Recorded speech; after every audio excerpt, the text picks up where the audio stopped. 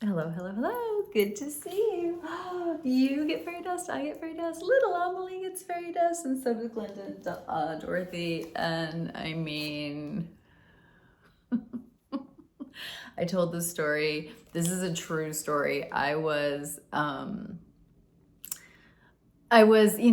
reading these books when I turned 50. I was reading these books about, older women and beauty. And I was like, one of them was literally called Toss the Gloss, and meaning you can't wear lip gloss anymore, like, bye, and all these other things, which a lot of them were like helpful advice, like what to do as this is the face, like, is falling, I'm becoming the crypt keeper, like the face is like just falling from the skull. So there was some like whatever good advice in there. But I just, like, oh, I have to be appropriate. Oh, I have to this, I have to that. And then I was watching Drag Race one day, and I was just like, I wish I could be like them. Like, I wish I could be glamorous. I wish I could be like, I wish I could do all that. And then I'm like, I can. Like, I get to do that too. RuPaul famously says, we're all born naked and the rest is drag. And so I was just wearing my appropriate old lady drag, as opposed to the drag I actually wanted to be wearing, the drag that actually makes me feel like I'm myself, like the drag that makes me express myself. Sometimes I'm in my counselor drag, sometimes I'm in my going to bed drag, you know what I mean? Like sometimes we're in our uniform drag. We're all in drag.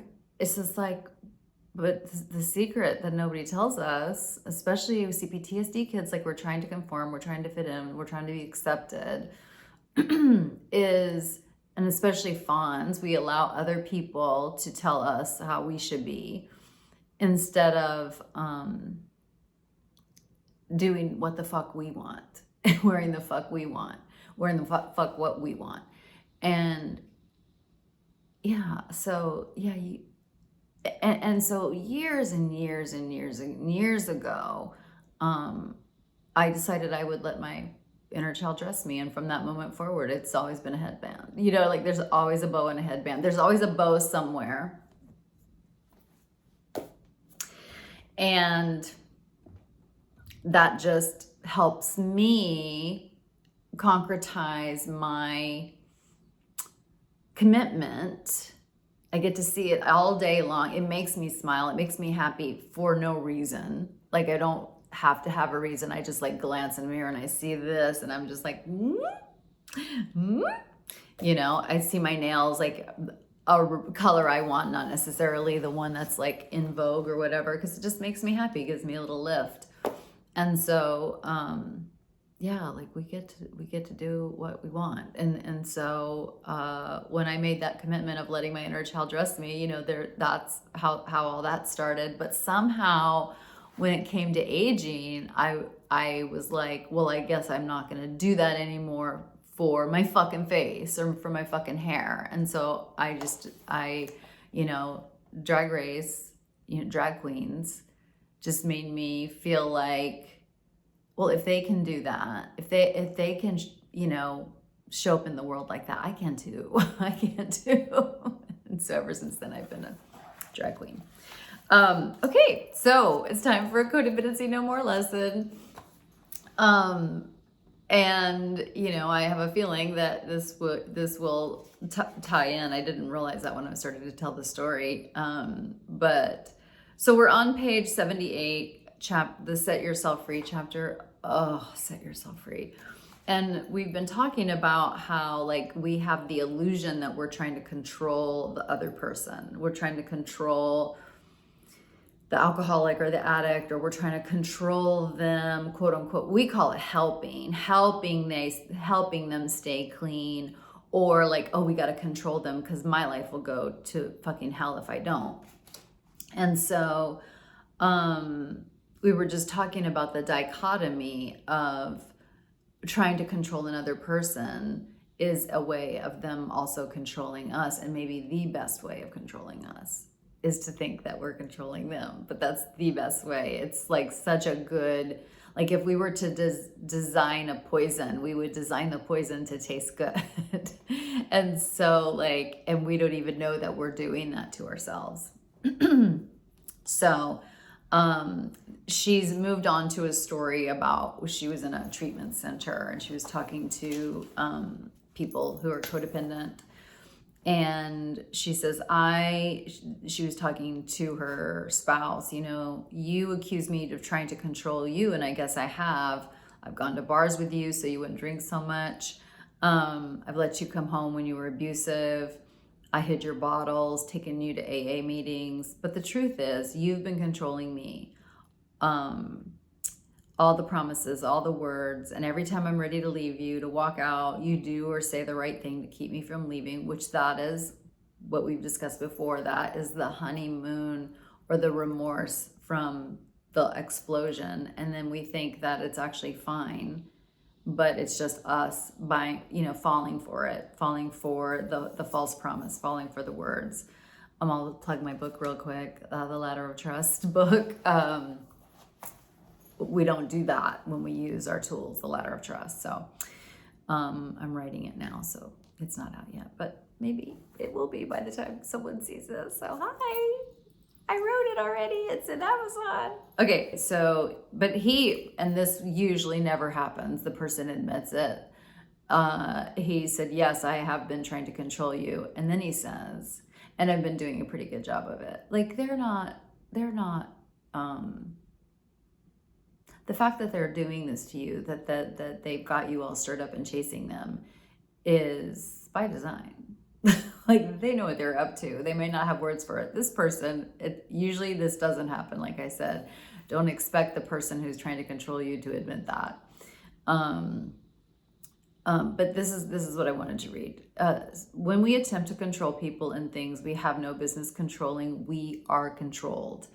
We forfeit our power to think, feel, and act in accordance with our best interest. So one of the things on the Advanced Manifesto is advanced bitches don't chase adults. Like we don't chase adults. That's insane. Because it's just a complete, it's not insane. I mean, it is, but it is, it's our dopamine fix. It's our escape from reality. It's like the minute we start chasing an adult, we really stop being an adult. We just start being a controller, a chaser. So I don't know if you've ever seen anybody run, but they're not doing a whole lot of other things. They're just running. And so when we're